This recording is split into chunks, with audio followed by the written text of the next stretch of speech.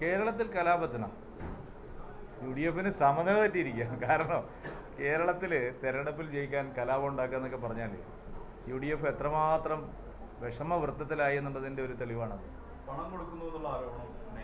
എവിടെയാണ് പണം കൊടുക്കുന്നത്? പണം കൊടുക്കാൻ പിടിക്കാമല്ലോ. പണം കൊടുക്കുന്നതിനല്ലേ ഇത്രയധികം ആളുകൾ വന്നിട്ട് ഇലക്ഷൻ കമ്മീഷൻ ഉദ്യോഗസ്ഥന്മാർ അരയിലടക്കം തപ്പി നോക്കുകയാണ്. എന്താണ് ഈ പറയുന്നത്? ഇന്നേ വരെ ഞാൻ കണ്ടിട്ടില്ല. സാധാരണ വാഹന പരിശോധന ആളുകൾ അരയിലടക്കം തപ്പി നോക്കുകയാണ്. അവിടെ പണം കൊടുക്കുന്നത് എങ്ങനെയാണ്? പണം ആരുടെ കയ്യിലാണ് ഉള്ളത്? ഈ കള്ളപ്പണം മുഴുവൻ കോൺഗ്രസിൻ്റെ കയ്യിലല്ലേ? എന്നിട്ടാണോ ഈ പറയുന്നത്?